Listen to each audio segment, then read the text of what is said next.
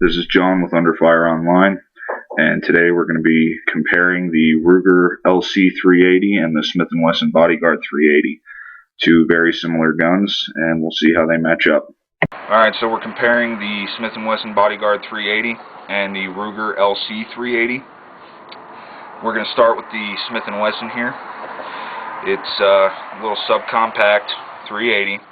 It comes with a 6 round capacity magazine plus 1, and it's got a 2.75 inch barrel on it.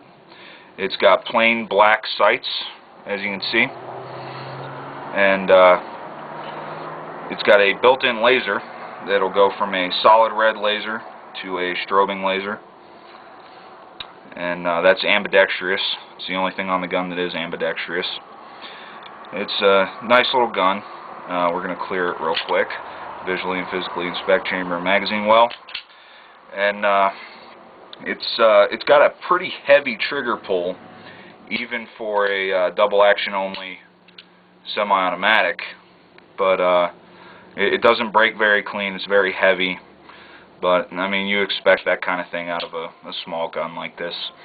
The safety's kind of nice. You can manipulate it from a firing position. It's not too easy to turn on, but it's real easy to turn off, all from the firing position. And all in all, it's a nice little gun. We'll break it down here in a minute and show you what the guts look like. But next up, we're going to go with the Ruger LC380. Go ahead and clear this one. And this gun, MSRP's for $449.99 from Ruger. And you can get a little cheaper. I got both of these guns for $400 each.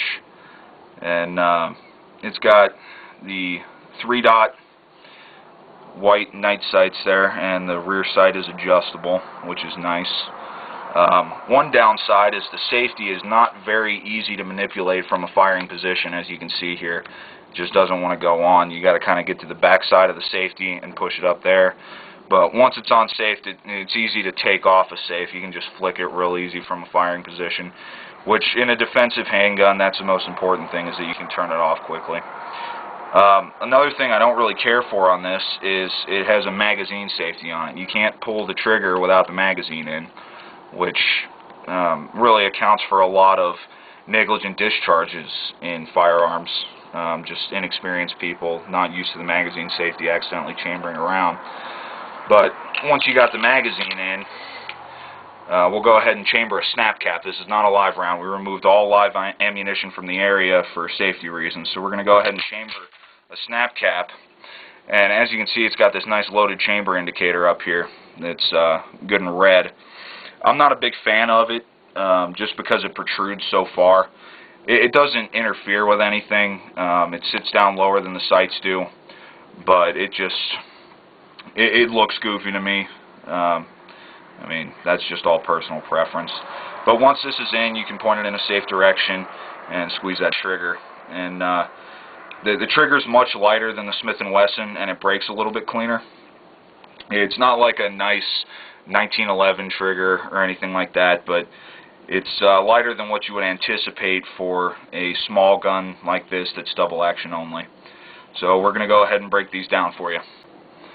Alright, so we're going to go ahead and break down the Bodyguard, show you how that's done. It is kind of a pain, but we'll walk you through it here. First things first, we're going to go ahead and clear it, just for safety, visually and physically inspect both the chamber and the magazine well. Let that slide go forward.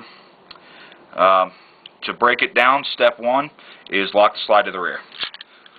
And then you're going to want to get, it takes a weird grip. It's almost like an inverted Glock takedown grip. And the only place you can get any kind of decent traction is right there in the ejection port. I have pinched myself with this thing more times than I can count, but this is the easiest way to do it. And as soon as you get a grip on there, your slide catch is going to come off. So make sure you keep good tension. But then you're going to take your finger here and pop that takedown lever over to the side and pull it out. Now you can't just let this slide drop, so go ahead and put that slide catch back on so you don't pinch yourself, and turn the gun back upright, let the slide go forward nice and easy, and that slide just pushes right off. So you got your lower receiver assembly down here. Right there's your hammer, and nothing real special about that to point out. But then next to come out is your drive spring assembly right here, and you've got a nice double drive spring in there. That helps absorb some of the recoil, especially since the 380 has a snappy recoil, especially in a small frame like this. So we'll go ahead and put those down, and the barrel just slides forward and then back out. And as you can see, I've polished the feed ramp on this. Makes it a lot easier to feed hollow points and such. But that doesn't come like that. That was some custom work done. And that's it for disassembly. Reassembly is the exact same thing in reverse. Go ahead and put your barrel back in and then slide it to the rear until it clicks. And then reassemble your drive spring assembly right there. Spring end goes into the front of the slide, and the drive rod locks into the barrel locking mechanism down there. And then go ahead and push your slide back onto the receiver, lock it to the rear. Now, it didn't do it this time, but one of the things I've noticed is sometimes the barrel gets caught back in the slide when we do this. So I'm going to try and get it to do it again and show you what I'm talking about. It's just a weird thing that happens, and I don't really have an explanation for it. We'll try and get it to do it real quick. There it is, just like that. And the barrel doesn't want to come back forward, and it's not lined up, so you can't put your takedown lever back in. See if I can fix that real quick and get, and now it's doing it again.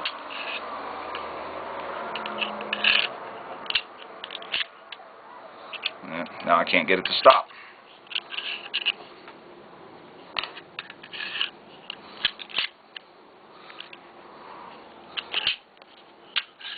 Should have just taken it the first time.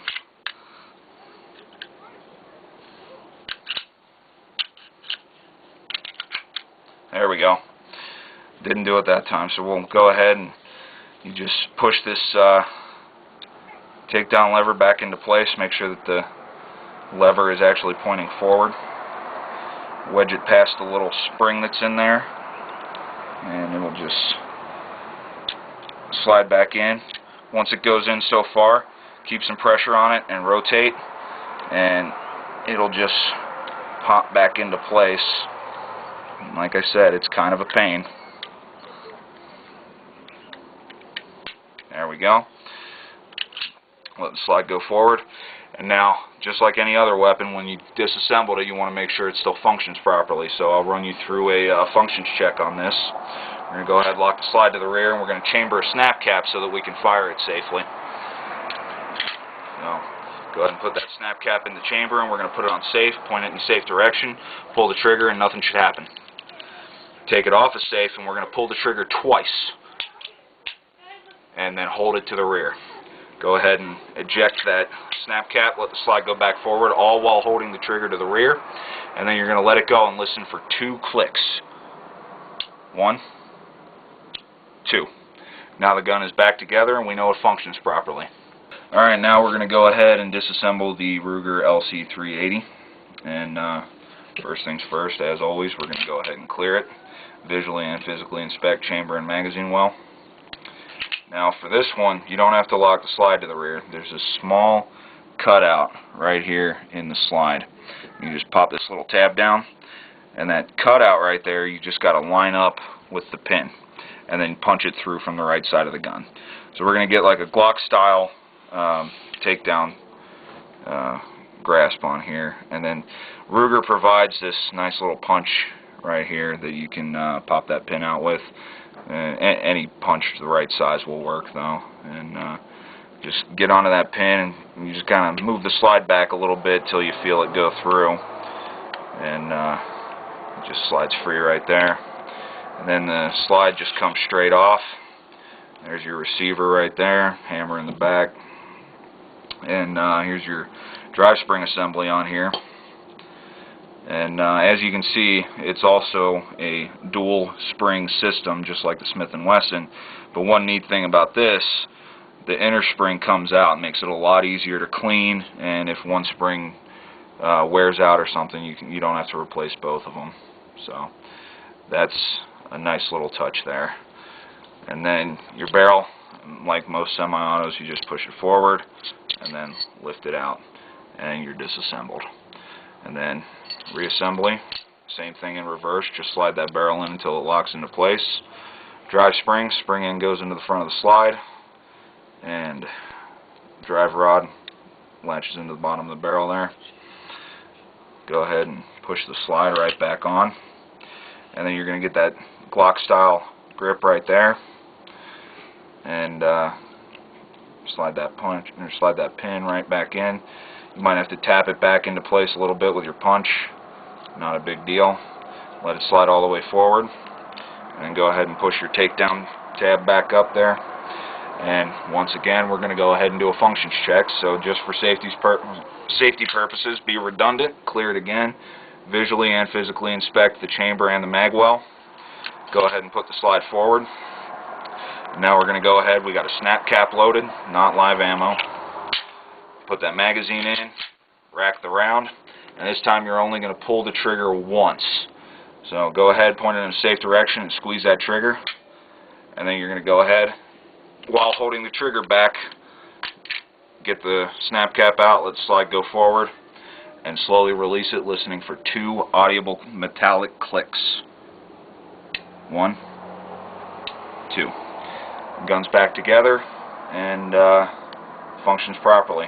So next up, fun part, we're going to shoot some stuff.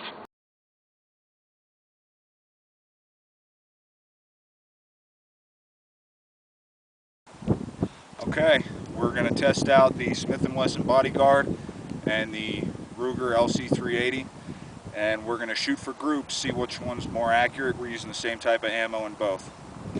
Alright, first up is the Smith & Wesson Bodyguard 380. We're going to shoot for groups, see how it does.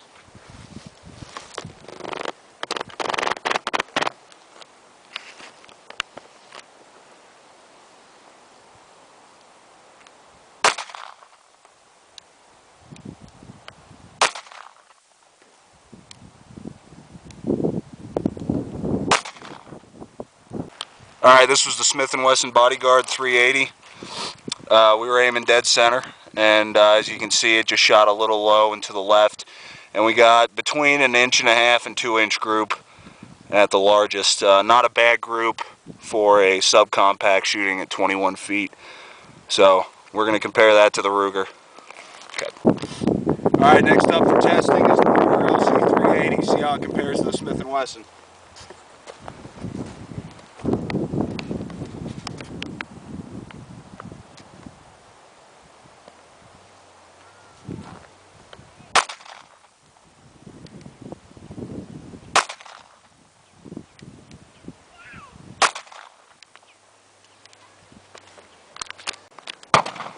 Alright, so we just shot the Ruger. This is our target.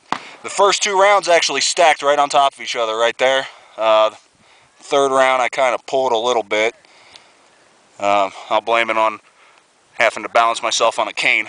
But yeah, it shot a pretty good group, and it beat out the Smith & Wesson for sure.